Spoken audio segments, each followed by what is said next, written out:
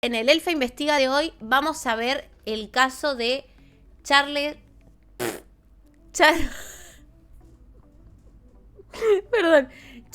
Manson, la secta de la familia. Así se le decía a su secta.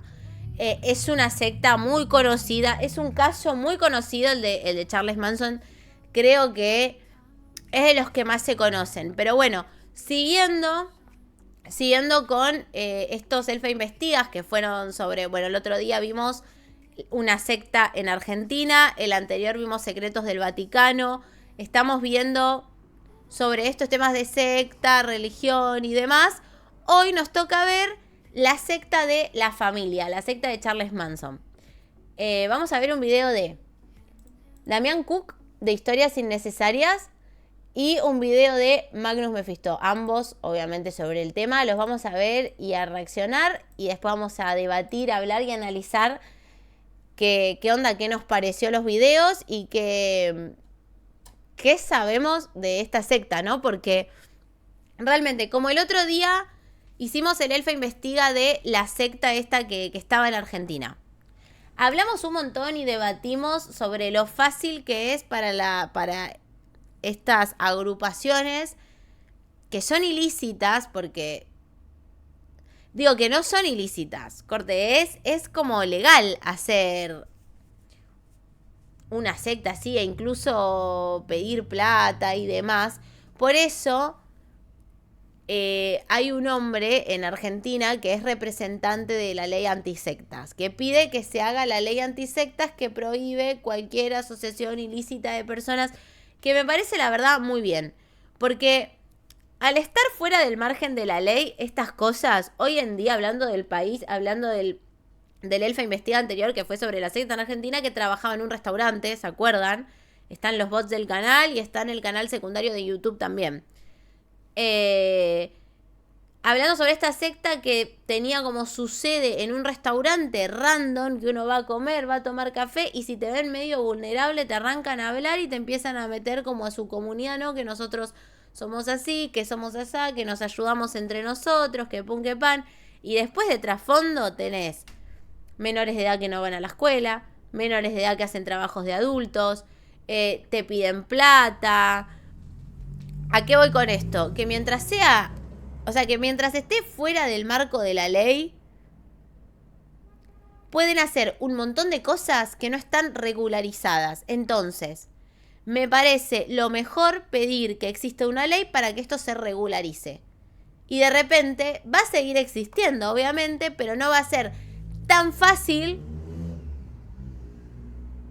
que estas agrupaciones operen tan libremente en el país, en cualquier lado, y si bien son como escondidas y si bien lo mantienen oculto como entre ellos, tampoco se cuidan tanto. Y no se cuidan tanto ¿por qué? Y porque no pasa nada, porque están fuera de la ley. Así que, bueno, también muchas iglesias. Hay muchas iglesias evangélicas o incluso iglesias que viste, esas que como que te dicen hermano, hermana, no sé qué, boluda, tenés 10 pesos, estás cagado de hambre y le das 8 de esos 10 pesos a la iglesia porque te llenan la cabeza de que te van a ayudar.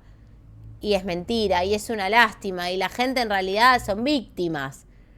Porque ahí el que se abusa de eso, el que realmente se queda con gran parte de la ganancia, ni siquiera cree en lo que dice.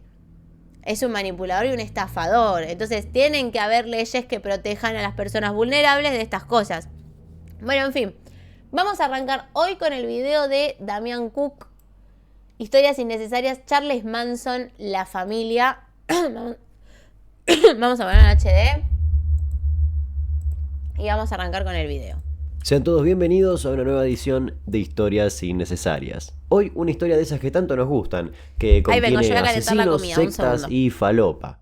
Hoy la historia de un hombre que puso fin a una era. La historia de Charles Manson. Charles Manson ¿por qué a una nació el era? 12 de noviembre de Anoten los datos 1934 importantes. en Cincinnati. No tenía nombre, solo se llamaba Maddox, que era el apellido de la madre, quien lo tuvo a los 16. Su padre biológico abandonó a la madre ni bien se quedó embarazada y, años después, ella se casó con William Eugene Manson. Charles robaba tiendas y se escapaba del colegio. A los 13 fue a un colegio para delincuentes juveniles y lo terminaron encerrando en una correccional donde Charlie declaró ser violado. En el 51, ya con 17 años, se escapó de la correccional con 2 reclusos más. Robaron autos, pero los atraparon y los enviaron a una nueva. Se le realizaron estudios y tenía un coeficiente intelectual bastante superior al medio, algo bastante peculiar, teniendo en cuenta que era analfabeto. Su tía lo sacó de la correccional y le dijo que lo ayudaría a conseguir trabajo, pero meses después lo encontraron violando a un chico y amenazándolo con un cuchillo. No. Lo transfirieron a un reformatorio, lo liberaron a los 20 amigo. por buen comportamiento y volvió a vivir con su tía. Se casó con Rosalie Jeans Willis, pero lo volvieron a meter preso y mientras estaba ahí, su esposa dio a luz a Charles Manson Jr., su primer hijo. Charles recibe la libertad condicional por 5 años. Se divorcia de Rosalie a los 24 y, para ganar dinero, prostituye a una chica de 16 años. Se comenzó a interesar mucho por un libro llamado Cómo ganar amigos e influenciar a la gente. Comenzó a entender la vida a su manera. Una mezcla de racismo, esoterismo, elementos de la cienciología y herramientas de libros de autoayuda. Conceptos que en ese entonces eran novedosos como la armonía, el karma y derivados del budismo, dieron sentido a su existencia y lo ayudaron a sobrevivir en ese entorno agresivo. Se cree que en toda su vida carcelaria desarrolló una estrategia para sobrevivir a los ataques de los otros presos, hacerse el loco. Básicamente, fingía ataques, espasmos y brotes psicóticos para dar miedo a los mayores que él y lograr que lo dejen en paz. Comenzó a manipular gente, era muy carismático. Lo vuelven a meter preso y aprende a tocar la steel guitar y conoce a Phil Kaufman, un conocido productor que trabajó hasta con los Rolling Stones. Phil decía que Charles era malísimo con el instrumento, pero que cantaba muy bien y escribía excelentes letras. Kaufman le dijo a Charles que, cuando salga de la cárcel, mejore sus canciones y elija las mejores para presentar el disco a gente de Universal Music. Uno de los sueños de Charles, convertirse en estrella de rock, comenzaba a hacerse realidad. A los 32 años, Manson ya había pasado casi la mitad de su vida mudándose de prisión en prisión. El día que lo iban a liberar, en el 67, rogó para quedarse en la cárcel. Decía que la cárcel era su madre. Para ambientarlos, recordemos que estamos en los años 60. Charles quedó libre en San Francisco, el epicentro del movimiento hippie. Drogas, amor, paz, revolución sexual, protestas contra la guerra, flower power, etc. En los 60 la sociedad cambió mucho, y Charles también, y de esa combinación entre el movimiento hippie y las multitudes que seguían a todo lo que sonase a espiritualidad, Manson tuvo todo el juego a su favor.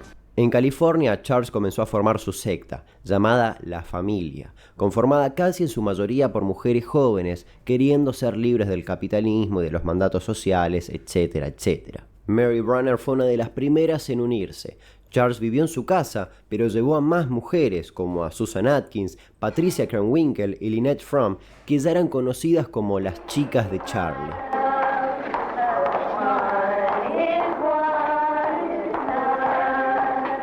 Charles aprovechó la movida hippie y comenzó a hacerse conocido como una especie de gurú espiritual. Su grupo, como casi todos los grupos hippies, predicaba el amor, la paz, la vida comunitaria, las artes, etc. Consumían mucho LSD, anfetaminas, marihuana y hongos. Junto a sus miembros, se instalaron en un viejo autobús decorado a lo hippie y recorrieron el país durante meses e iban reclutando nuevos integrantes. Mary Brunner dio a luz a otro hijo de Manson, Valentin Michael. Para ese momento ya eran unos 30 miembros en la familia. Se habían sumado personas como Bobby Beausoleil, un actor conocido del momento, y Tex Watson. Se cree que la familia llegó a tener más de 100 miembros, incluyendo niños. Todos seguían religiosamente las enseñanzas de Manson.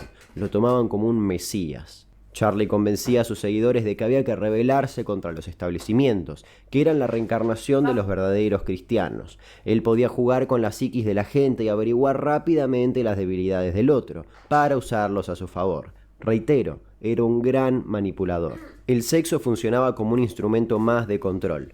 Todas las inhibiciones quedaban destruidas bajo las órdenes del gurú, que decidía quién se acostaba con quién en las orgías del grupo. Todas las chicas tenían que acostarse con Charlie al ingresar a la comuna. Si se negaban, eran expulsadas. Normalmente, la proporción en las orgías eran 5 mujeres por cada hombre. De esta manera, Charles aseguraba el interés por parte de los nuevos visitantes. Él se veía a sí mismo como un genio musical. Kaufman, el productor de la prisión, se unió a la familia al salir de la cárcel, pero se alejó de ellos por diferencias ideológicas. Charles fue a presentar su disco, pero lo arruinó todo. Su desempeño fue un desastre. Toda la familia fue hospedada por Dennis Wilson, pero terminaron desalojándolos porque destruían la casa cuando estaban bajo los efectos del LSD. Este fracaso musical tiró abajo la fantasía de Charles de convertirse en estrella de rock y fue una de las chispas para que todo esto explote. La secta siguió de forma nómade, hospedándose en diferentes ranchos y sin pagar, ya que Charles ofrecía favores sexuales de las mujeres de su secta a los dueños de los lugares. Para esta época, los Beatles sacaban su nuevo disco, el álbum blanco. Charles lo escuchó y se obsesionó. Decía que sus predicciones estaban ahí y que los Beatles escribieron ese álbum para su secta. Interpretó las letras y adoptó el término Helter Skelter, título de una canción, para denominar una guerra mundial racial entre blancos y negros. Durante esta lucha, según Charles, la familia se escondería en un agujero en el desierto junto a los Beatles. Según Charlie, los negros eran fuertes pero estúpidos. Por lo tanto, ganarían la guerra racial, es decir, matarían a todos los blancos, y en ese momento la familia Manson saldría y, por la incapacidad de los negros para gobernar, terminarían dominando el mundo bajo el mando de su líder, Charles Manson. Si eso te parece una locura, imagínate que él estaba seguro de que los Beatles llegaron a la misma conclusión y que le estaban dando ese mensaje al mundo a través del disco. A mediados del 69, la familia ya estaba involucrada en cientos de robos.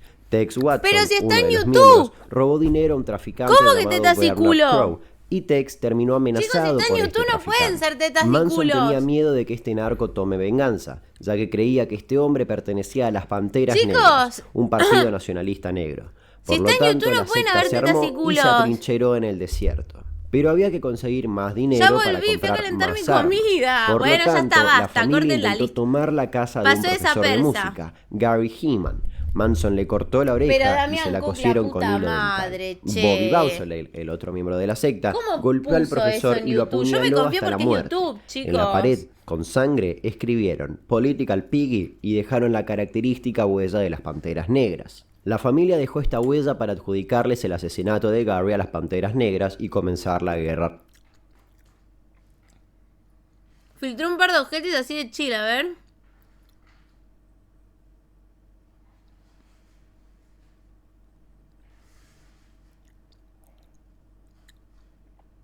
Yo no veo nada, chicos.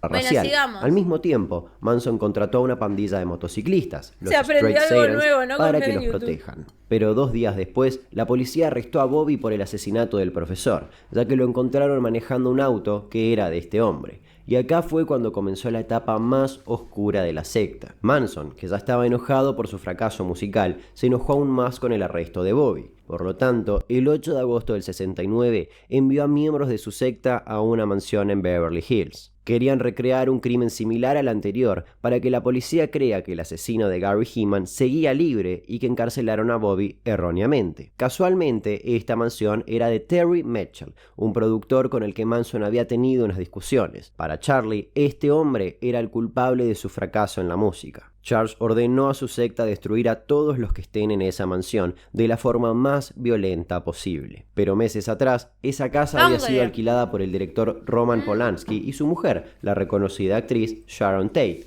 que estaba embarazada de 8 meses. La familia cortó los cables del teléfono, mataron a balazos a un estudiante que se cruzaron e irrumpieron en la casa, donde, además de Sharon Tate, había 3 invitados: Jay Sebring, Boogie Schwikowski y Abigail Folger. Roman Polanski estaba trabajando en una película en Europa. Cuando entraron, Tex Watson dijo que él era el diablo y que venía a hacer el trabajo del diablo. Acto seguido, colgaron de una viga en el techo y con una soga al cuello a Sebring y a Sharon Tate. Los dejaron apenas tocando el piso. Sebring no dejaba de gritar. Tex le disparó y le pateó la cara muchas veces, rompiéndole la nariz y la cuenca del ojo. Chicos, pará. Algo no entendí. ¿Estos quiénes son? Pues justo de Febril Titán. ¿Estos quiénes son? Porque, claro, ¿quién cayó y dijo que era el diablo? Porque yo justo de Febril Titán no entendí. Voy a empezar a pausar cuando voy a hacer algo, porque no puede ser.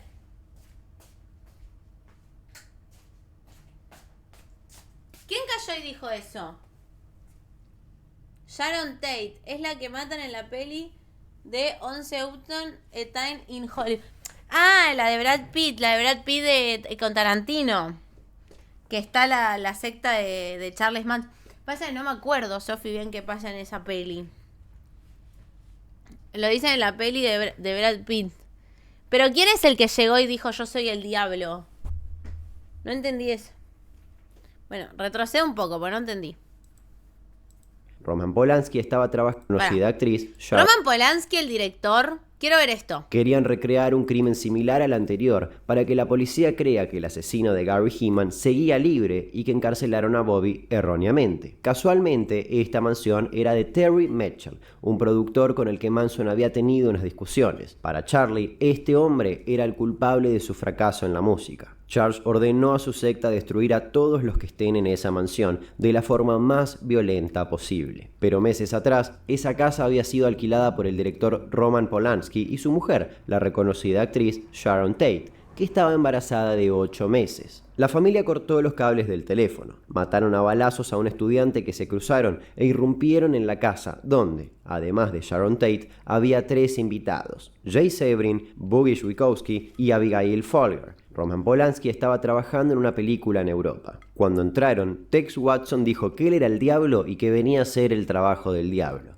Acto seguido, colgaron de una viga en el techo y con una soga al cuello a Sebring y a Sharon Tate. Los dejaron apenas tocando el piso. Sebring no dejaba de gritar. Tex le disparó y le pateó la cara muchas veces, rompiéndole la nariz y la cuenca del ojo. Acto seguido, lo apuñaló 7 veces. Wachowski recibió 2 tiros y 51 puñaladas, mientras que Abigail Folger recibió 28. Sharon Tate continuaba viva, colgada del techo, rogando por su vida y la de su bebé. Fue acuchillada 16 veces y murió junto a su hijo. Susan Atkins, con la sangre de Sharon, escribió Pig en la puerta de la casa. Fue el asesinato más sangriento y macabro que la industria del cine vio hasta el día de hoy, y casi que puso fin a la época dorada de Ni siquiera eran ellos a los que iban a matar. Los 60. Al día siguiente de este crimen, 6 miembros de la familia, junto a Manson, entraron a una casa de Los Ángeles donde vivía una exitosa pareja, Leno y Rosemary LaBianca. Entraron por la puerta de atrás y Manson despertó a Leno apuntándolo con un arma.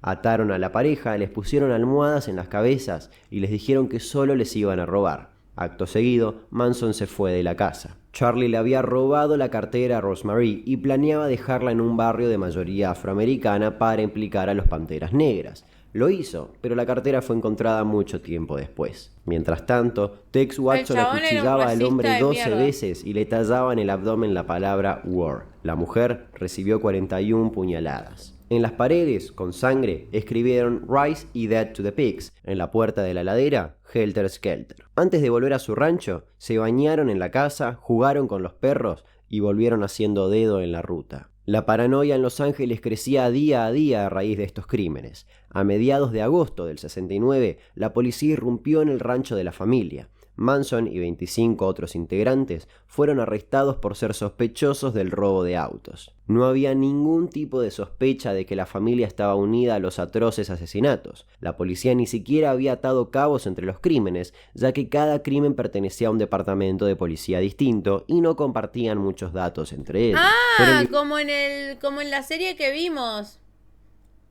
¿Se acuerdan que la policía no podía atar los hilos porque el asesino justamente hacía un crimen por distrito para que no compartan los archivos? Liberados al poco tiempo, pero todos quedaron alerta. Abandonaron la comuna y se fueron a otro rancho en el Valle de la Muerte. Meses después, y bajo órdenes de Manson, la familia torturó y mató a un doble de riesgo llamado Donald Shorty Jean. Supuestamente, este hombre sabía secretos de la secta y podía arruinarlos. Su cuerpo fue encontrado recién 8 años después. Al tiempo, chicas amenazadas por Manson relacionaron a Susan Atkins con el asesinato de Heeman, el profesor de música, y la policía la detuvo. Susan confesó haber acuchillado a Sharon Tate y haber probado su sangre. Ya en la cárcel, Susan Atkins comenzó a hablar de más y le contó a sus compañeras de celda todo lo que había pasado con lujo y detalle. Si no hubiese hablado de más, o si sus compañeras no la hubiesen tomado en serio, este crimen jamás se hubiera resuelto. Sus declaraciones, más la de la pandilla de motociclistas que protegía a la familia, más un arma de la escena del crimen y unas huellas dactilares obtenidas,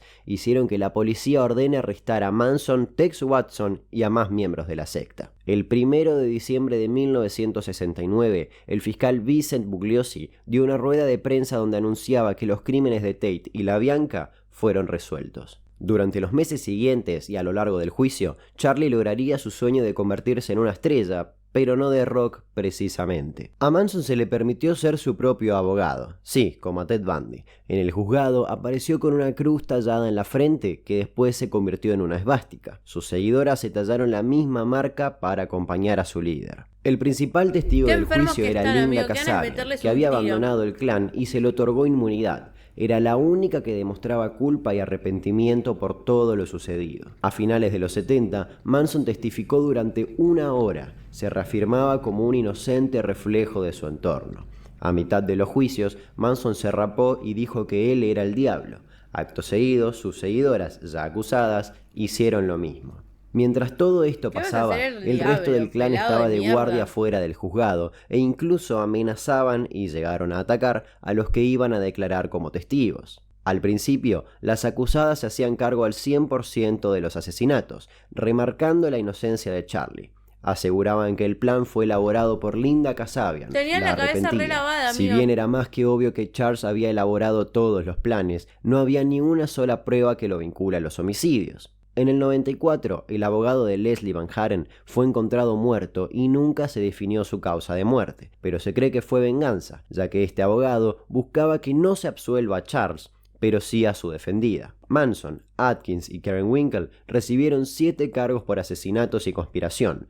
Watson fue juzgado aparte, pero recibió la misma condena. Y por último, Leslie Van Haren recibió solo 2 cargos por asesinato. El juicio por los asesinatos de la pareja La Bianca y Sharon Tate tuvo 84 testigos y terminó recién a inicios del 71. Los 5 fueron condenados a muerte y ninguno mostraba signos de arrepentimiento, pero en el 72 se abolió la pena de muerte en California, así que todos recibieron cadena perpetua. Con el tiempo, ya en la cárcel, el discurso de Manson fue perdiendo influencia, pero había grupos neonazis y satanistas que aún lo apoyaban. Recibía 20.000 cartas al año, la mayoría de admiradoras enamoradas. Susan Atkins dijo que vio a Jesús en su celda y junto a Tex Watson se convirtieron al cristianismo. Ambos escribieron libros y Watson le tiró toda la culpa a Manson. Un agente del FBI dijo que Manson no ordenaba los asesinatos directamente, sino que creaba un clima donde generaba que los miembros de la familia deseen hacerlos para complacer a su líder. Para finales del 72, la familia continuó cometiendo asesinatos y delitos, hasta intentar matar al presidente de los Estados Unidos, a pesar de que sus principales cabecillas ya estaban presos. Kaufman, el productor del que hablamos al principio, sacó 2.000 copias del disco Lie, interpretado por Charles Manson, pero vendió pocas. Hoy en día lo podés encontrar en Spotify junto a otros discos que sacó. Charles dio muchas entrevistas y dijo cosas como: You believe in God, Charles? Sure, I believe in myself. Why wouldn't I? Which one? Do you feel blame? Are you mad? Do you feel like Woods Bob Refrenish? Get Refrenish.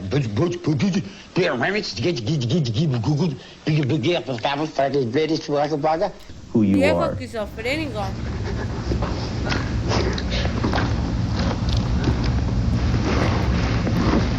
Nobody. I'm nobody. I'm a tramp, a bum, a hobo, and a straight racer if you get too close to me. Le preguntaron qué opinaba sobre Ted Bundy, otro asesino. Me da una re bronca, amigo. Pues ¿sabes qué pasa con esta gente? ¿Sabes qué son estos trastornos? Que no tuvieron nadie en la infancia que los quiera. Pues no quiero ser mala, pero seguramente no los quiso la mamá, no los quiso el papá, no los quiso ni un vecino, ni un tutor, ni un amiguito de colegio. Y como no los quiso nadie, lo único que hicieron toda su vida fue querer llamar la puta atención. Y este enfermo consiguió la atención que quería y hace todas estas pelotudeces para que todos digamos: ¡Oh, mirá! Es Dios, amigo. Dijo que era el diablo. ¿Qué vas a hacer el diablo, pelado de mierda? No sé si existe el diablo, pero si el diablo existe, te aseguro que no es pelado y no tiene esa cara de mogólico que tenés vos. Me dan unas ganas de decirle eso, corte, te crees importante. Y sos una caca. Sos una mierda igual que todos los mierda que están acá. Te lo juro, tipo, bajarle los humos. Porque él en su cabeza se cree, voy a tirar esta frase y me voy a hacer el loco. Para que después todos los pelotuditos la compartan en Twitter. Claro, boludo, amigo. El diablo, corte, el satanás debe ser re fachero, amigo, corte, re seducción. Este tiene una cara de retrasado y no puede más. En serie, y dijo: Bundy's his mama's boy. Bundy's out there trying to prove something to his own manhood. That's got nothing to do with me. Susan Atkins falleció en el 2009. Patricia Krenwinkel es la presa más longeva de California y sigue cumpliendo su condena aún hoy, en el 2019. Charles Manson pasó el resto de su vida en la prisión de Hoffman, en California. Fue diagnosticado con esquizofrenia paranoide y jamás mostró arrepentimiento de nada. Nunca se sintió culpable. Tenía cáncer de colon y murió el 18 de noviembre de 2017 por un paro cardíaco a los 83 años. Sin dudas, Charles Manson y su familia pincharon para siempre el globo de la fantasía hippie. Espero que les haya gustado la historia. Sí, me encantó, Damián, me encantó. Amigos, se cagaron a los hippies. Después de eso todo el mundo dio a los hippies. Todo el mundo dio a los hippies. Comparto y corrijo. Falta o exceso de amor. Ay, comparto y corrijo. Ay, Félix, no me corrijas. Gracias, Damián, por tantos culos y tetas. Te lo agradezco de mil amores. Se hacían pasar por hippies y no eran hippies. Y mira que yo odio a los hippies. A mí los hippies no son personas que me agraden. Pero los hippies no tenían malas intenciones. Amigos, los hippies, que eran esos fumaporro, escucha reggae, todos pacíficos, que escuchaban Nirvana, que escuchaban todo eso. Acá en Argentina, no sé, sui generis. Esa gente no tenía maldad al mundo. Estos no eran hippies. Por primera y única vez me van a escuchar defendiendo a los hippies. Pero estos no eran hippies. Estos se la pintaban de que eran hippies por la época. Y en realidad no eran ni más ni menos que cualquier otra secta que hace la misma igual de estupideces. Las otras sectas que vimos y que vamos a seguir viendo en la sección del Filminvestiga era lo mismo. Hablaban en comunidad, vivían en comunidad, se compartían todo, se cogían entre todos, igual que estos, y no se catalogaban como hippies. Ahora vamos a ver el otro video, que es de Magnus Mephisto, el día que murió Charles Manson. Quiero ver si hubo tetas. El día que murió Charles Manson, vamos a ver de Magnus Mephisto. ¡Ay, acá está la teta! El sexo funcionaba como un instrumento culo, más de teta, control. Culo, todas las inhibiciones culo, quedaban destruidas teta, bajo las culo, órdenes del gurú, que decidía quién se acostaba con quién en las orgías del grupo. Todas teta, las chicas culo, tenían que acostarse con Charlie al ingresar a la comuna. Si se negaban, eran tremendo. expulsadas. Normalmente, la proporción en las orgías eran 5 mujeres por cada hombre. ¿Cómo carajos hizo Damián para que eso esté en YouTube? Damián, la puta madre. Yo confiada, digo, bueno, por fin me voy a calentar la comida tranqui, me voy a calentar la comida, me voy a ir a buscar algo para tomar, me voy a traer la frazadita, apago la luz. Tranquila, porque digo, listo, es YouTube. En YouTube no hay culo, no hay teta, no pasa nada. Dejo el video puesto, culo, teta, orgía, concha, pito. La concha de la lora, amigo. Bueno. Capaz se distingue que es artístico y tampoco tenemos problemas en Twitch. Chicos, si está en YouTube, no tiene que por qué haber problema en Twitch. Eso es seguro. Así que tranca. Vamos a ver el día que murió Charles Manson. A ver si podemos tener un poco más de información. De última, si hay muchas cosas que ya vimos. Vamos adelantando, no sé. A principios de la década del 70, Charles Manson vivía como un recluso. Y no uno que pasara precisamente desapercibido. En la prisión estatal Corcoran desafiaba todas las normas: mal comportamiento, agresión, posesión de armas, sabotaje, amenazas al personal y a otros presos. Manson iniciaba peleas, atacaba a los empleados, creaba incendios en sus pertenencias e incluso en una ocasión había llegado a escupir en la cara a un guardia de seguridad. Para colmo, no te digo ganas de llamar la atención. Es como un nene haciendo berrincha, amigo. Un cringe. Ganaba cada vez más y más popularidad, hasta alzarse como una figura de culto para un mundo exterior cada vez más fanatizado con los asesinos en serie. Eventualmente le permitían brindar entrevistas que alcanzaban una gran difusión, todas ellas transmitidas en importantes medios. Algo era innegable: continuaba siendo para las personas un ser fascinante y cautivador. En febrero de 1987 lo visitó una cadena de televisión de gran audiencia, y la declaración que hizo encajaba perfectamente con el personaje que tenía. Para bien o para mal, impresionadas a millones de personas. Aseguró no tener nada de qué arrepentirse. Aún así, sus abogados solicitaron a través de los años que se le otorgara la libertad condicional, y en 2012 una junta se la negó por 12ª vez, permitiéndole volver a solicitarla recién en el año 2027, cosa que nunca llegaría a suceder. Pero no nos adelantemos. ¿Cómo fue la infancia de Charles Manson? ¿Es verdad que todos sus crímenes, todo lo que él planeó, se basaba en una profecía que él decía que estaba escondida en una canción popular de ese momento? ¿Cómo es que llegó a ejercer tanta influencia en sus seguidores? ¿Algunos de los involucrados llegó a arrepentirse de sus actos? ¿Dónde están ellos en la actualidad? Encontrar respuestas a estas preguntas nos va a llevar hasta el 19 de noviembre de 2017. El día que murió Charles Manson. Ustedes sabrán que existe gran cantidad de material de esta etapa de la vida de Charles Manson, canciones, videos, grabaciones. Mucho de este material a veces es difícil de conseguir porque está bloqueado por cuestiones de regiones o también por temas de copyright. Nosotros tuvimos acceso a mucho de este material gracias a que estamos usando Surfshark. Con Surfshark... Publicidad. Aquí debajo. Como amo YouTube, amigo. Comencemos.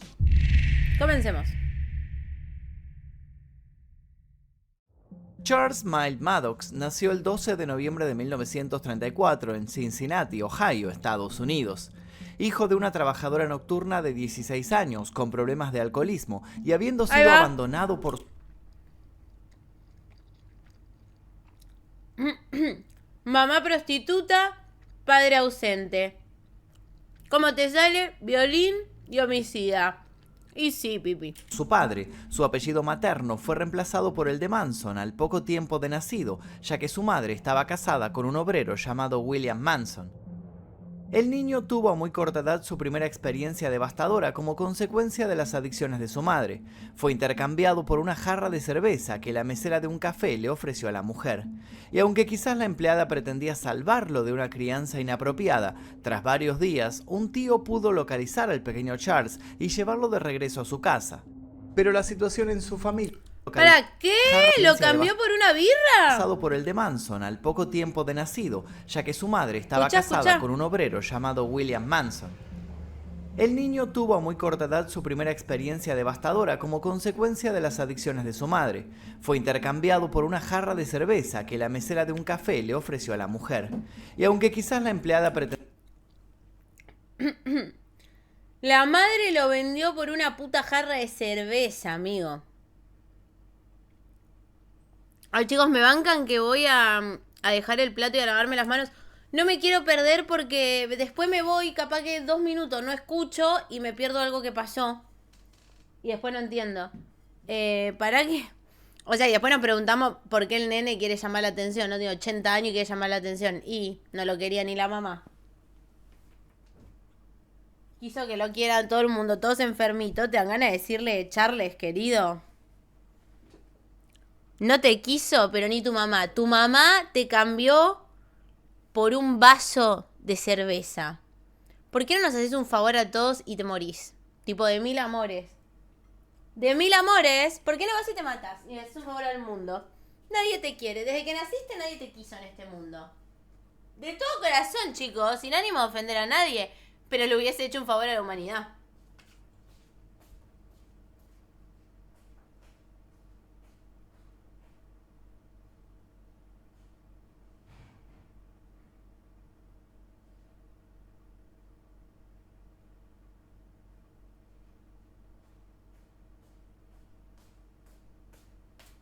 Ahí voy.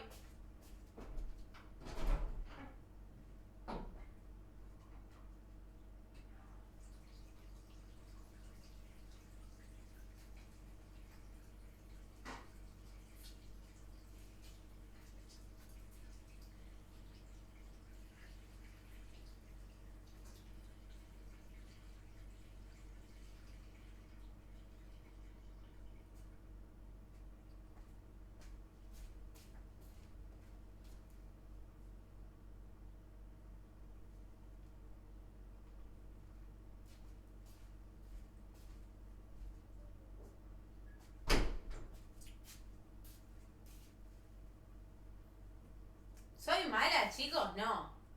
¿Ustedes creen que soy mala por decir eso?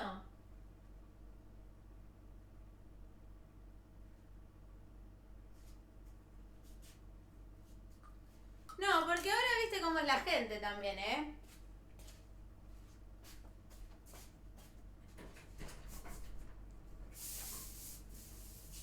Entra. Titán. Entra, Titán. Ya.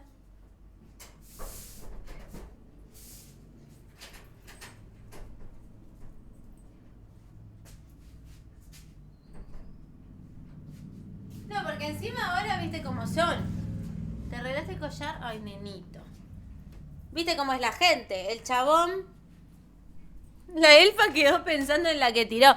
No, pero en serio, hermano, fuera de joda, porque ahora el chabón... El chabón mató una banda de gente. Mató, violó, abusó, engañó. Violó mujeres. Gente. Y la mala soy yo por decir que se mate. Poca compasión. ¿Compasión de un violín? Ni a palo. ¿Compasión de un violín? ¿De un enfermo? ¿De un homicida? ¿De un peligro para todos? Ni a palo. El chabón amigo, abusaba, violaba mujeres. Porque la madre no la quería, porque la madre era prostituta, ¿entendés? Entonces creció con eso en la cabeza, con ese odio hacia la mujer, porque claro, la madre era una puta, se la cogían todo por 2 pesos.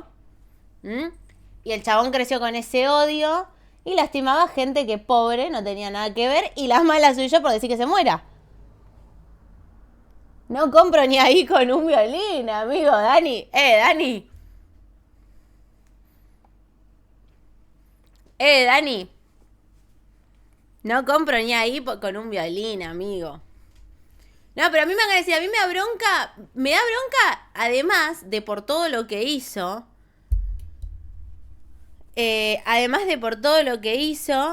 No creo que la psicología funcione así, no, yo tampoco. Pero además de por todo lo que hizo, me da bronca porque el loco quería llamar la atención todo el tiempo. Corte se hacía el raro, se ponía una esvástica, era un racista, odiaba a los negros. Tipo, odiaba a los negros, violín de mierda, homicida. O sea, cualquiera. Y, paren chicos, tengo toda hamburguesa en el diente, esperen un momento. Claro, era racista, pero era hippie. Y era homicida. Pero el chabón era racista. O sea, él era bueno. Él violaba mujeres, pero él era un hombre bueno y blanco. Ahora, los negros no. Los negros no. ¿Entendés lo que te digo? Chabón era un enfermo. Y te voy a decir una cosa. Lo que me molesta de él es que después tenía a todo el mundo atrás. Todo el mundo, no, Charles Manson. Hasta hoy en día, chicos, hay gente que usa remera de Charles Manson. Tuitea frases de Charles Manson. Y vos decís, ¿no te das cuenta que el chabón se sacó todas esas frases del orto para hacerse el loquito y que vos, pelotudo, la compartas? Haciéndote el raro, haciéndote el Joker, boludo. ¿Qué te haces el Joker, pedazo de fantasma? Ahí me dan ganas de decirle, tipo, vos te digo algo. No vas a trascender. No vas a trascender. No intentes llamar la atención, porque un par de pelotudos te van a seguir y te van a recordar. Y en realidad el 90% de la humanidad nunca va a saber quién sos, Pipi. Nunca vas a saber quién sos, porque no sos nadie. Y no sos nadie en serio. Y no te quiso ni tu mamá, no te quiere nadie. Mátate. Eso había que decirle. Eso había que decirle. En comparación al Joker es un héroe. Hola, Jonah, ¿cómo estás? ¿Todo bien? Claro, se hacía el rarito en las entrevistas para llamar la atención y que todo el mundo diga, ¡oh, Charles Manson! Y se compren su remera, pongan sus frases. La gente es estúpida, amigo. Encima yo decía, no, yo soy el diablo. ¿Vos te pensás que si el diablo existe va a ser igual de con esa cara de mogólico que vos? No hay chance, amigo. No le llegás pero ni a la uña del pie al diablo. Sos una caca. No sos nadie. Ay, como odio a la gente que quiere llamar la atención y queda como un idiota.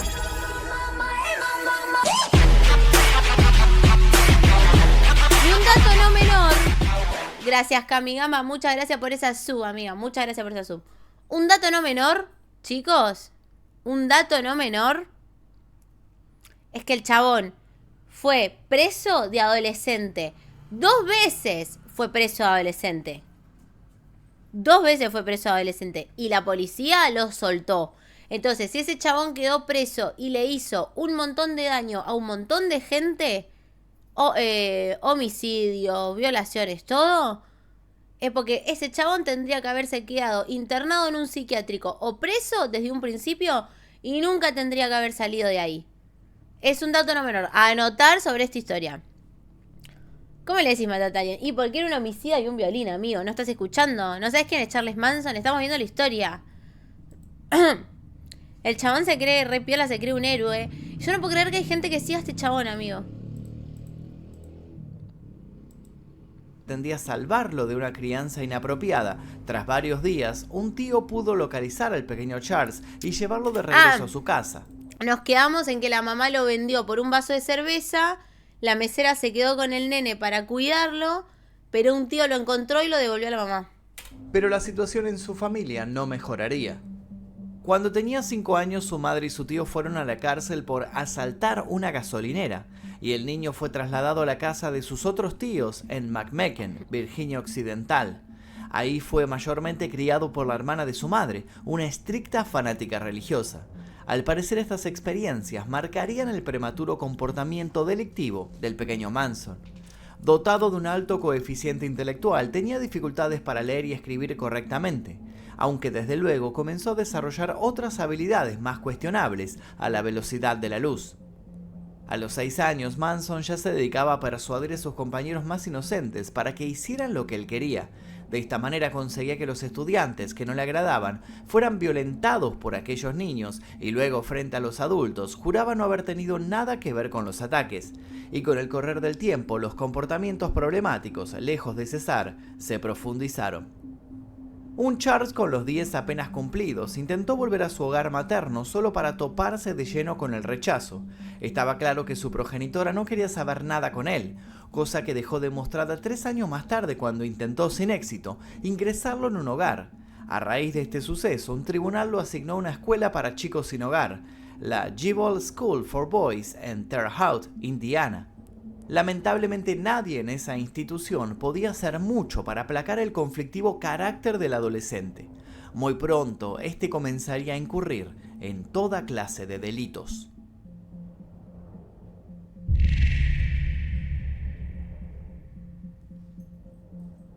A la edad de 13 años, Manson cometió su primer robo a punta de pistola en una tienda de alimentos. Por ese motivo fue trasladado a un reformatorio, aunque no permanecería allí mucho tiempo. A los 4 días se escapó junto a otro joven, cometiendo más delitos a mano armada en el camino. Fue arrestado y se dio la fuga en varias oportunidades con el correr del tiempo, hasta que a los 17 años fue finalmente enviado a la cárcel por manejar un vehículo robado. Al cumplir 18, Manson ya arrastraba un historial de 8 cargos en su contra. Aún así, a los 19 fue liberado por buen comportamiento. Una vez fuera de la cárcel, se casó rápidamente con una enfermera de 17 años, la joven Rosalie Jean Willis, y tan solo 2 años después tuvo con ella su primer hijo, Charles Manson Jr. Sin embargo, el matrimonio se transformó muy pronto en un desastre, y la mujer finalmente terminó de perder la paciencia cuando volvieron a detener a su esposo. Ante esta situación, ya cansada, le solicitó el divorcio. En 1958 Manson salió en libertad condicional, aunque como ya era costumbre para el criminal, esta libertad no le duraría mucho tiempo. En 1961 fue nuevamente arrestado, esta vez por falsificación de cheques. Para esta altura Charles ya había pasado la mayor parte de su vida adulta tras las rejas. Con la prostituta Candy Leona Stevens, el delincuente tendría su segundo hijo, Charles Luther Manson, aunque al poco tiempo, tras incumplir nuevamente la libertad condicional, volvió a la cárcel. Y en esta ocasión por fin algo cambiaría en él, solo que para mal.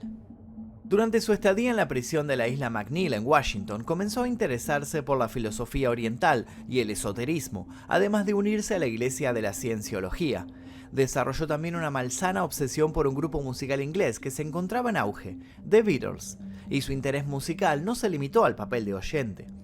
Un compañero ladrón de bancos le enseñó también a tocar la guitarra. De esta manera el criminal, devenido músico, rarito, pasaba sus días encerrado practicando con el instrumento, y a los 32 años volvió a quedar en libertad. Si bien cualquiera creería que Manson ansiaría ese momento, su reacción fue un tanto desopilante.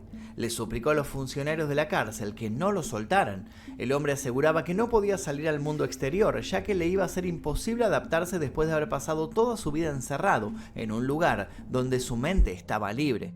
Bueno, más cuerdo que muchos, te digo. A las súplicas, el sistema penitenciario lo dejó en libertad tras cumplir su condena, y Charles se dirigió a San Francisco. Muy pronto descubrirían el terrible error que habían cometido.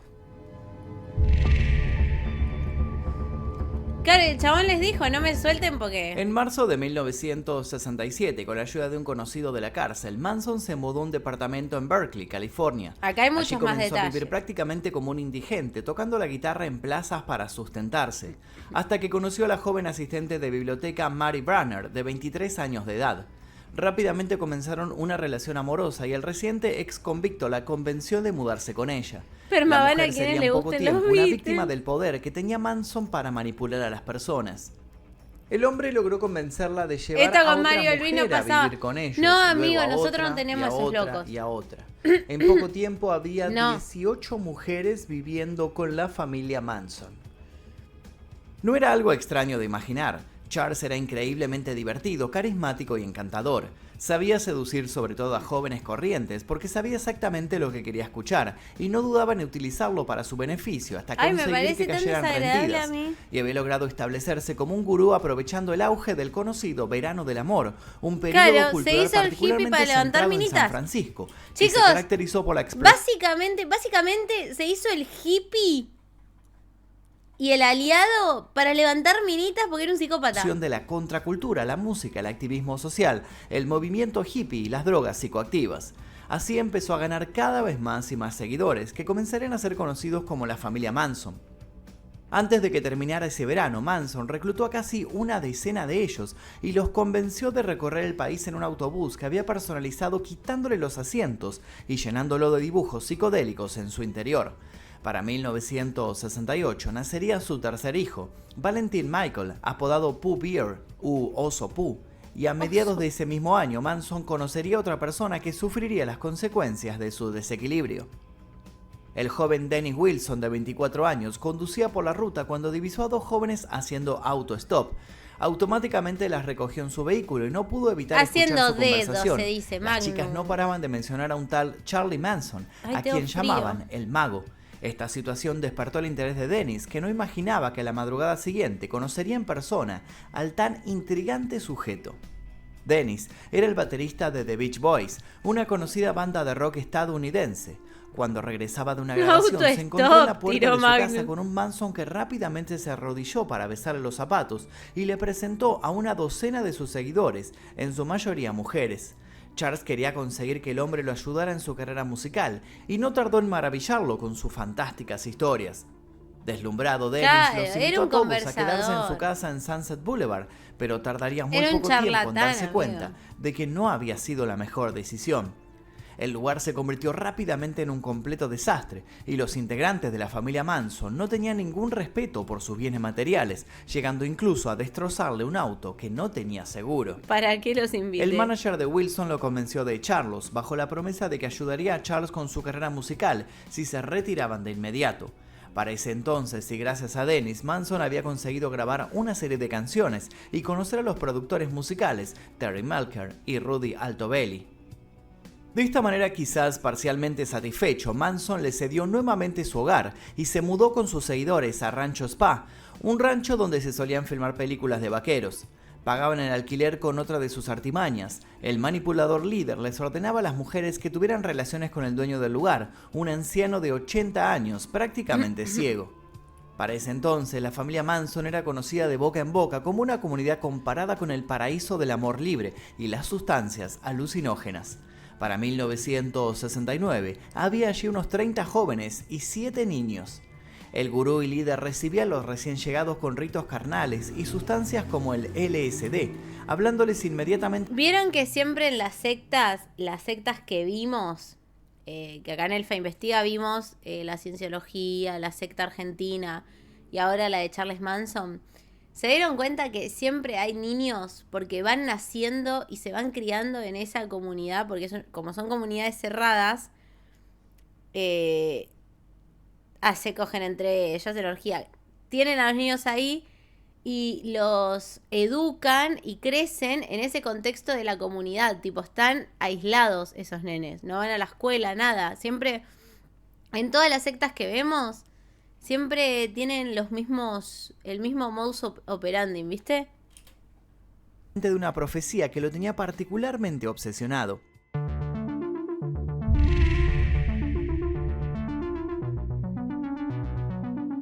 Charles Manson creía que Dios le enviaba mensajes a través del álbum blanco de los Beatles, motivo por el cual no paraba Bueno, pará, acá Magnus lo explica más detalladamente.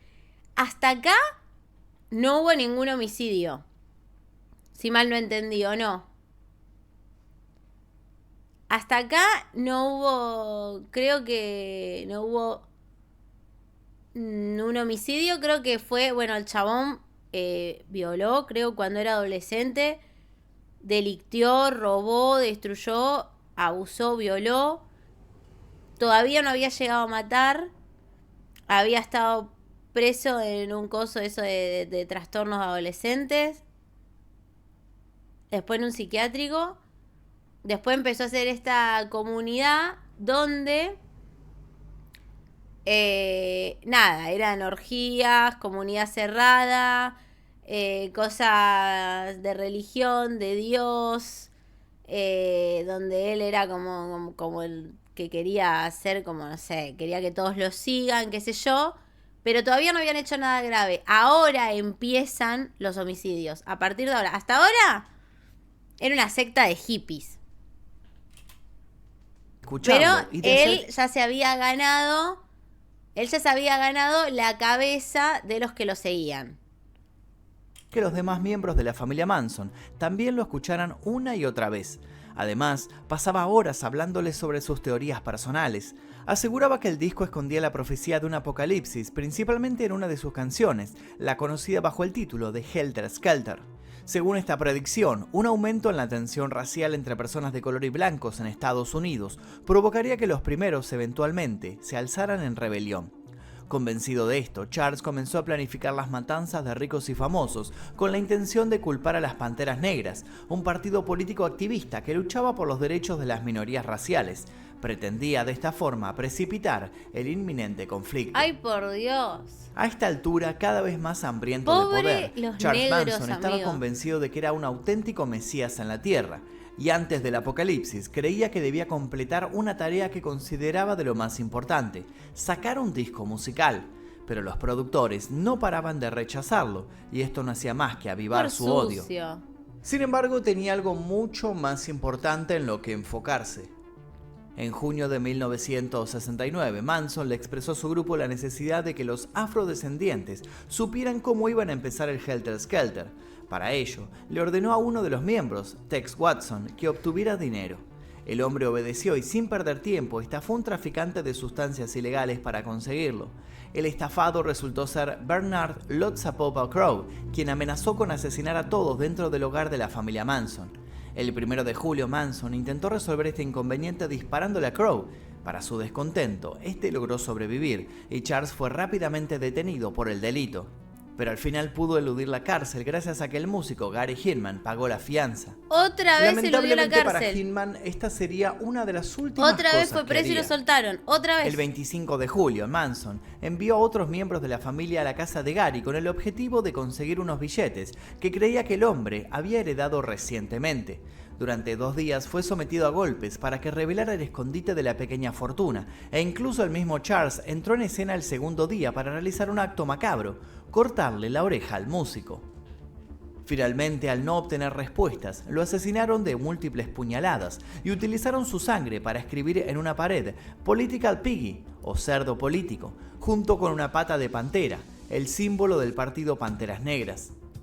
Esto marcó el inicio del plan que Charles había orquestado, y 2 días después el líder de la familia Manson les anunció a todos que había llegado el tan ansiado momento. El 8 de agosto, ya sin la presencia de Manson en el lugar de los hechos, la misión continuó en una mansión de la calle Cielo Drive con el asesinato de la actriz Sharon Tate, quien estaba embarazada de 8 meses. La mujer les había realizado a los criminales una súplica desgarradora. Les pidió que la secuestraran hasta el final de su embarazo, la dejaran tener a su bebé y la mataran después. Lamentablemente, como era de esperarse, no hubo piedad. Para enterarse en detalle de lo que sucedió esa noche, los invito a ver el video que se encuentra subido en este canal que se llama El día que murió Sharon Tate. Ahí contamos todo, contamos la historia de la actriz principalmente y lo que sucedió en detalle con respecto al crimen. También los invito, si llegaron hasta este punto, a dejar su like. Y también los invito a escribir sugerencias para posibles futuros videos. Forrest Gump, Jenny estaba con las Panteras Negras. Además de Sharon, resultaron también asesinadas otras 4 personas más que se encontraban en la casa: Jay Severin, Abigail Folger, Wojciech Frykowski y Steven Parent. Antes de huir, los miembros del grupo escribieron con sangre "pig" o cerdo en la entrada del hogar. Y a la noche siguiente, los mismos miembros volverían a partir con las nuevas instrucciones, junto a 2 compañeros más y a su mismísimo líder. Las víctimas en esta ocasión fueron los miembros de la familia LaBianca, Leno LaBianca, un ejecutivo de supermercados, y su esposa Rosemary, quienes recibieron numerosas puñaladas. En el abdomen de Leno, los seguidores de Manson tallaron la palabra war o guerra en español, mientras que en las paredes pintaron con sangre la palabra rise o álcense y la frase death to pigs o muerte a los cerdos. En la puerta de la heladera, además, escribieron con la misma sangre la frase Helter Skelter. Pero no era suficiente. Manson necesitaba acabar con todos los artistas de Hollywood que pudiera, y tenía en su lista a Liz Taylor, Frank Sinatra, Steve McQueen, Richard Burton, Tom Jones. Lo que el autor intelectual de los crímenes no sabía era que muy pronto sus planes se verían frustrados.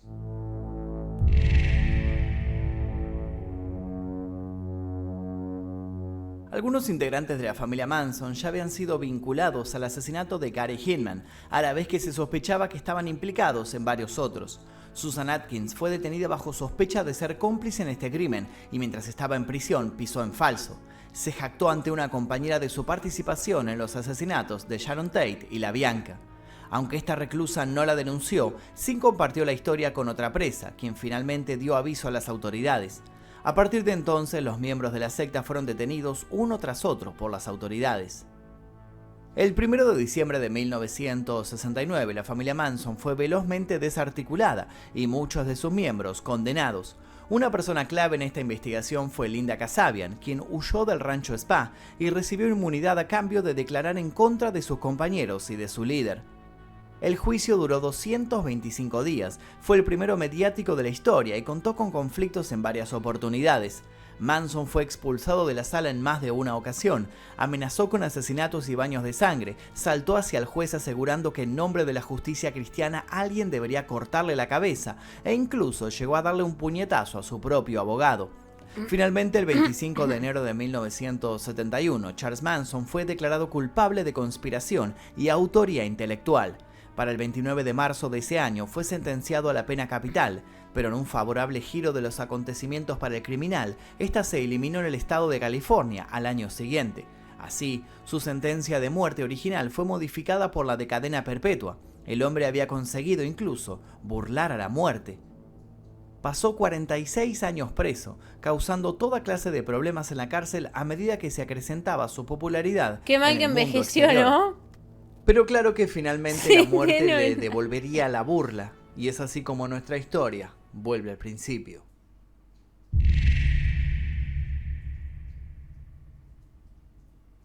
Aunque no estaba demasiado interesado en su liberación, Manson realmente consideraba que la cárcel era su hogar, y se había encargado de realizar toda su vida en ella. Incluso en 2013 estuvo a punto de casarse.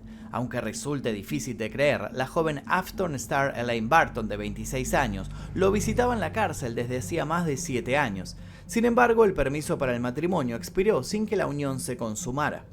El periódico británico Daily Mail informó que la cancelación se produjo luego de que Manson se enterara de que Barton quería disponer de su cuerpo después de su muerte. Sea cual fuera el motivo, había una realidad evidente. Manson, tras pasar más de 40 años entre rejas, continuaba envejeciendo y su salud comenzaba a deteriorarse.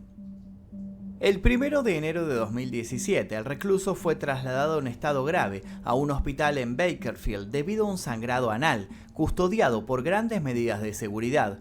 Una semana más tarde regresó a la cárcel tras recibir tratamiento médico. Pero no pasaría en ella mucho tiempo más. Una grave enfermedad continuaba avanzando. El 19 de noviembre de ese mismo año, a la edad de 83 años, Charles Manson falleció en el hospital por un paro cardiorrespiratorio, como consecuencia de un cáncer de colon que se había mantenido oculto del conocimiento público. Luego de una larga disputa legal sobre la custodia de su cuerpo, finalmente sus restos fueron incinerados 4 meses después de su fallecimiento en la ciudad californiana de Porterville. El líder de una de las sectas más famosas dejaba este plano, pero dejaba tras de sí también un legado de manipulación y abusos que trajo más víctimas de las que muchos sabemos.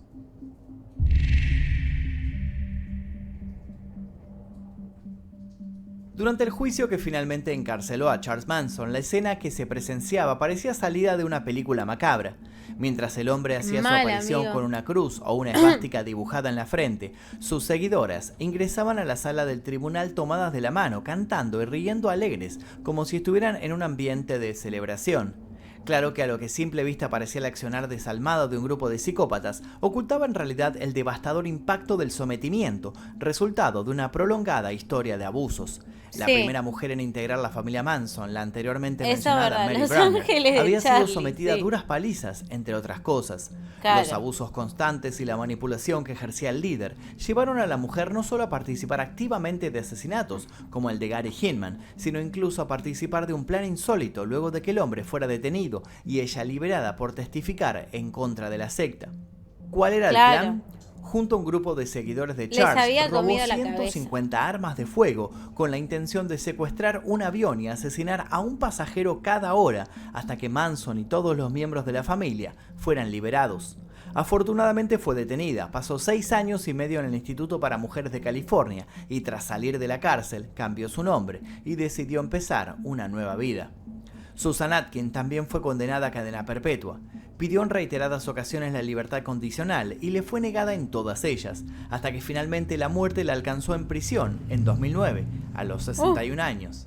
Y la lista continuaba. Hecha mierda, 61 años hecha mierda.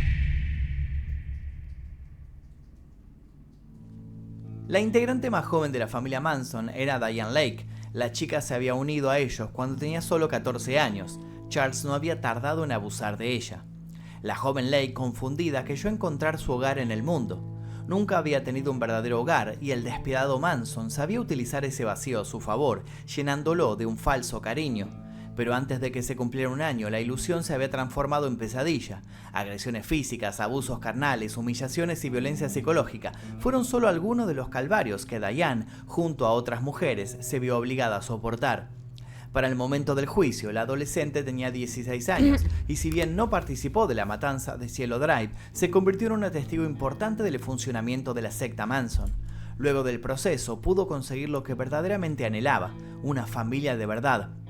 La joven fue adoptada legalmente por uno de los policías implicados en el arresto al grupo, quien además la acompañó durante los 8 meses que recibió tratamiento en una institución de salud mental.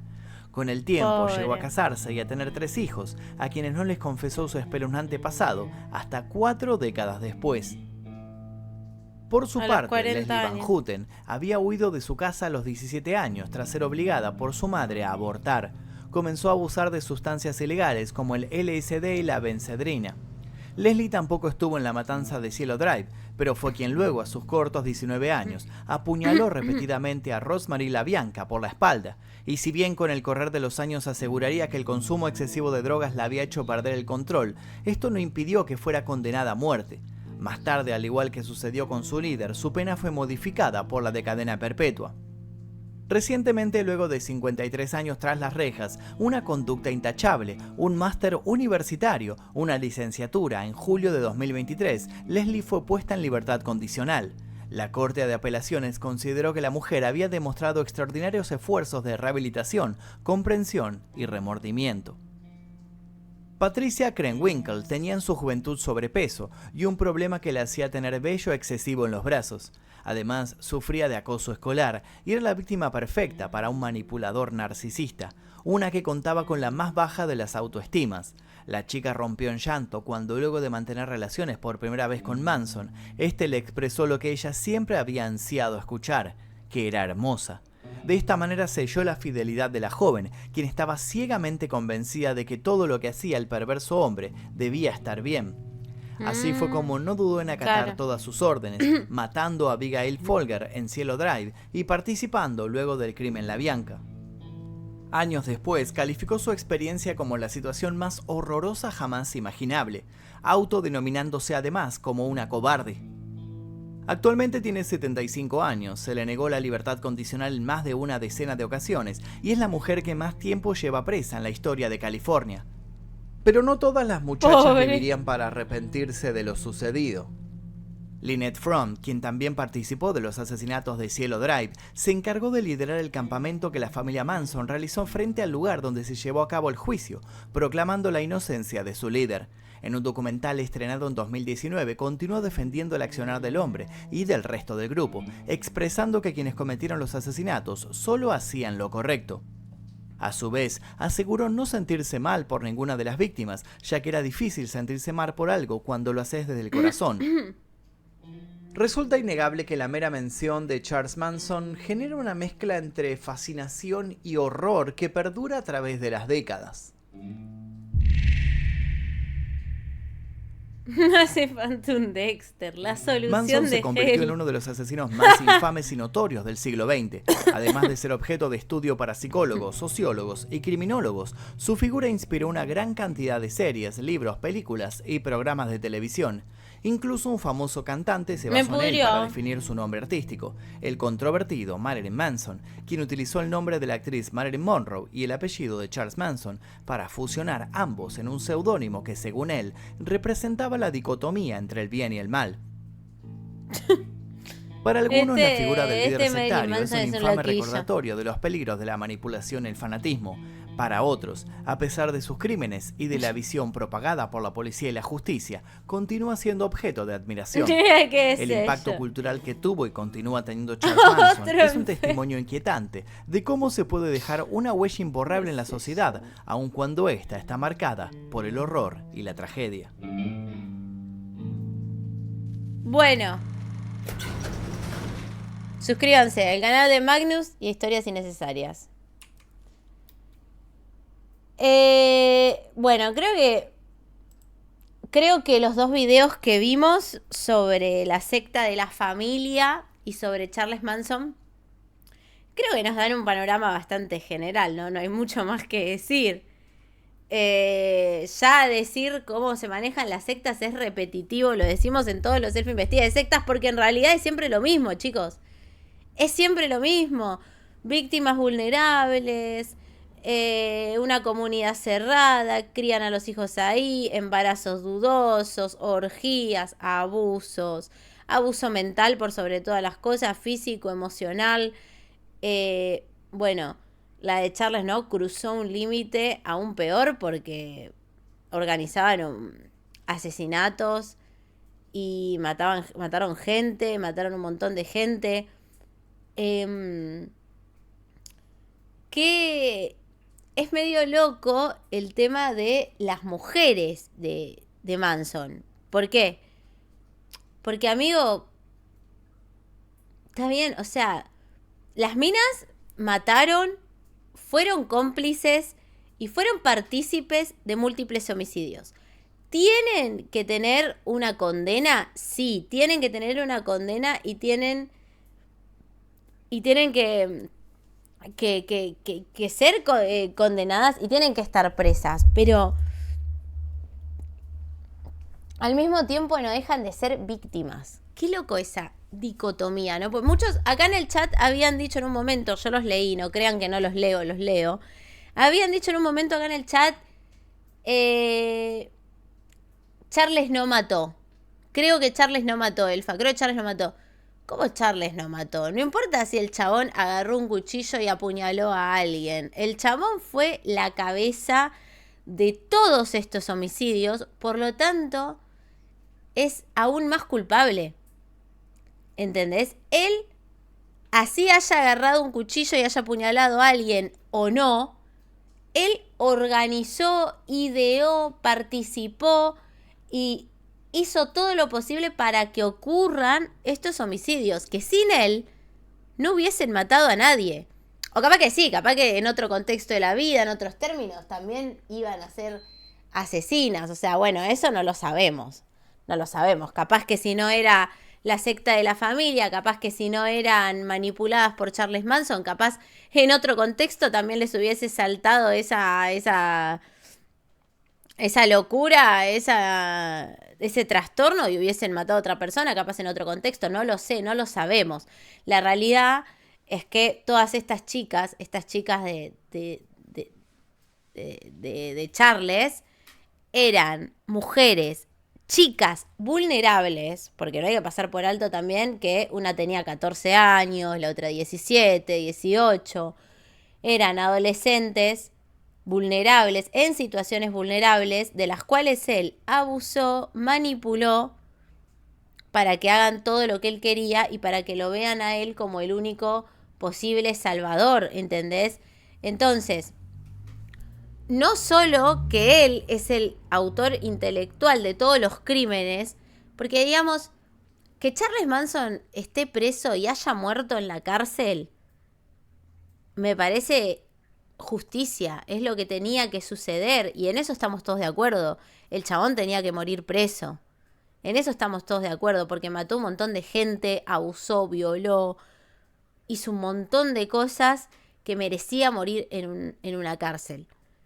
Ahora, las personas que actuaron por él también merecían una condena, porque también participaron de múltiples homicidios. Ahora, no dejan de ser sus víctimas.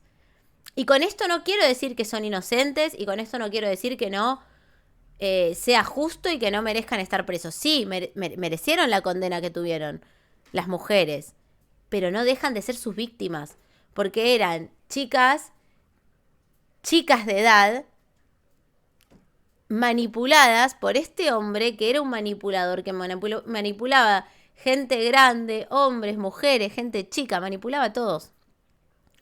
Y además, no hay nada más vulnerable que un adolescente con problemas en la casa, con problemas en la familia y con problemas personales. No hay nada más vulnerable que eso. Pues si ya es vulnerable una persona adulta, imagínate en un adolescente. Es mucho más moldeable, es mucho más corrompible un adolescente. Y obviamente por eso la mayoría de la gente que lo seguía era adolescente y era chica.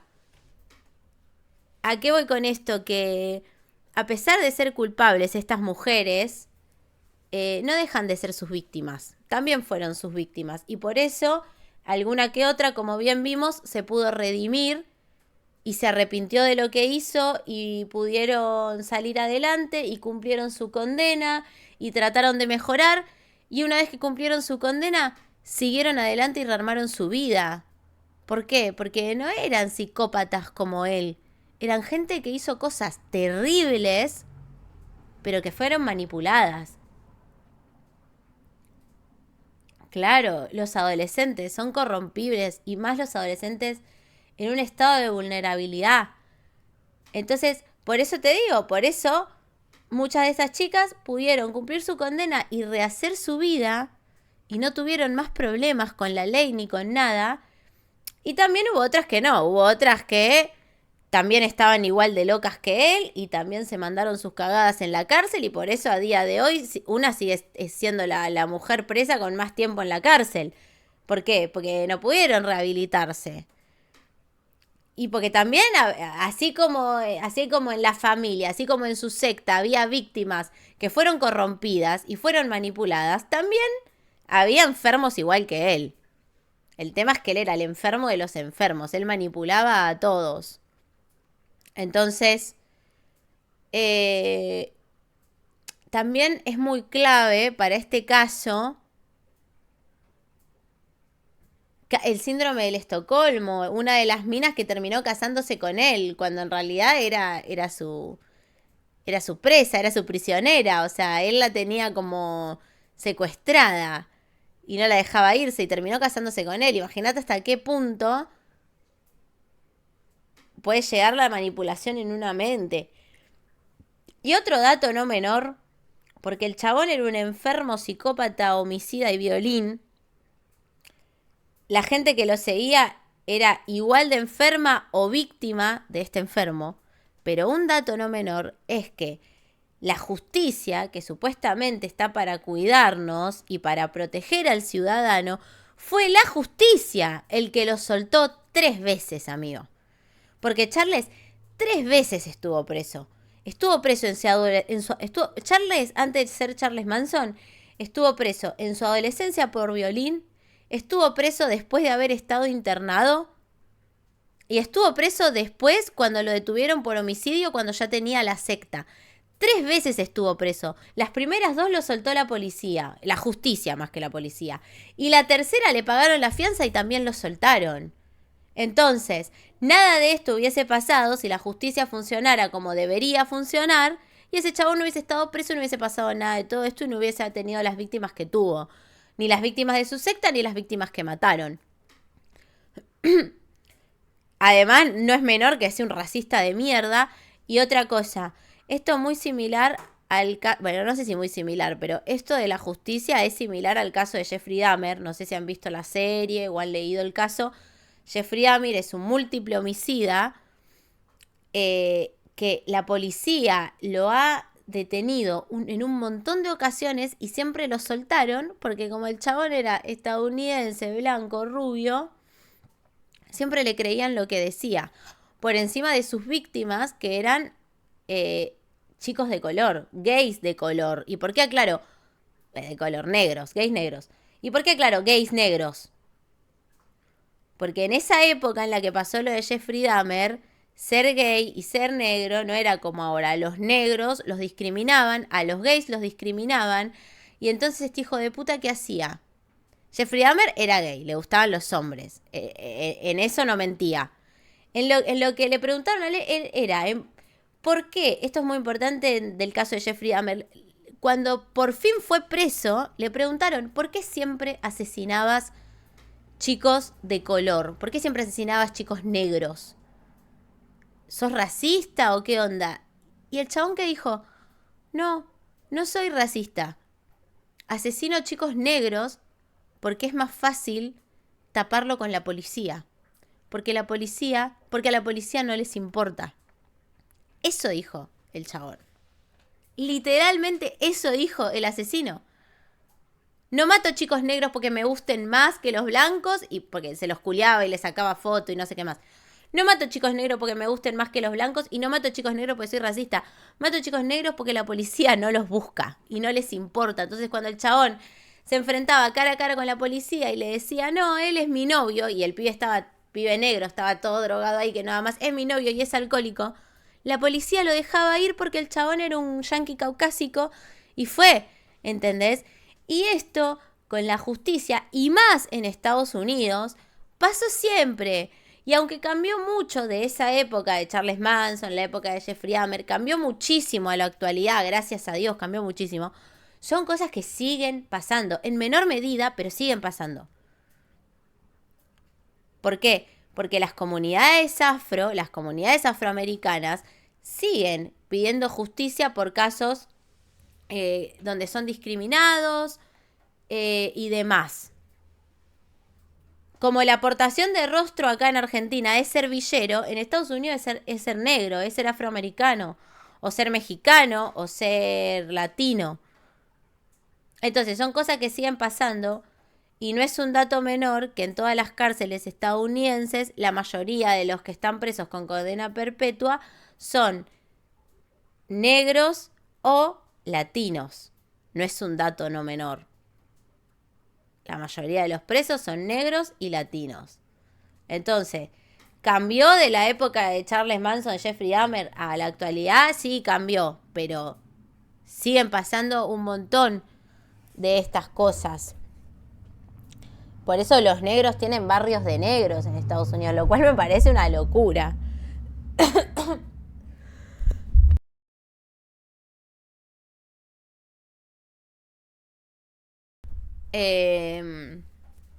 Entonces, siempre las víctimas más vulnerables son adolescentes, negros, pobres, gente marginada, gente vulnerable psicológicamente. Es la presa más fácil de cazar. Para decirlo bien feo, es la presa más fácil de cazar. Y bueno, creo que el caso de la familia de Charles Manson lo refleja, porque volvemos a lo mismo. Negros o gente de color. Mira, la verdad no sé, o sea, yo a veces digo gente de color porque, no sé, en YouTube, en Twitch es como mejor decirlo así, pero yo digo negros y no tiene nada de malo. Digo, para mí, o sea, yo digo negros, en realidad. Fuera del stream, fuera de YouTube, yo digo negros. Que no me parece nada de malo, o sea, son negros y está perfecto. O sea, no, me parece como... De hecho, gente de color me parece súper racista. Además, la palabra gente de color. Me parece... Ay, no, me da un cringe decirlo, Corse. Me suena re racista, amigo. Pero no sé por qué ese problema de las plataformas con la palabra negros. La palabra N se le decía en un momento. No me sé la palabra N. Corte, estaba prohibido decir negro. Amigo, sos africano, sos negro. Me encanta. Me encantan a mí los negros, chocolate águila. Puntito caramelo. Y te quiero decir negro. Mirá si voy a estar con un negro y le voy a decir... Ay, cógeme, señor N, dale, N, dale. No... Dale, negro, haceme concha. No, me fui al tema. No, basta. ¿Se entendió lo de la secta?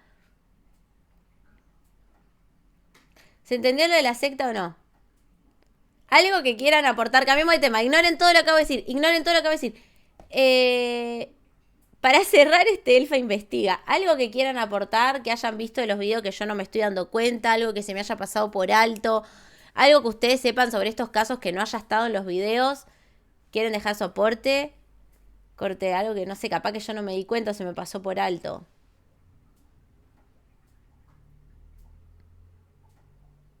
No los voy a leer. Dije que ya está ese tema, basta. Qué rico el chocolate águila, amigo. Ay, les tengo que contar. Ahora les cuento. Me encanta Mindhunter, ya la vi. Me encanta la serie Mindhunter. Creo que hemos hablado todo. No me quedó claro el tema de las orgías. Ese ya. Son hippies trastornados, hacen orgías. Y mi baño está hablando, amigo. Mi baño tiene una de problemas, se está rebalsando, creo. Bueno, ¿les gustó el Elfa Investiga de hoy? A mí me encantó, muy interesante, en serio. Muy interesante el caso de la familia de Charles Manson. No sabía que había sido así. Y eso que vi la película Érase una vez en Hollywood, creo que es Tarantino, me re llamó la atención porque ahí aparece la familia. Pero yo más o menos sabía el caso, pero no tenía tantos detalles y tantos datos como ahora que vimos los videos. La verdad, muy interesante. Moraleja, nunca confíes en un hippie.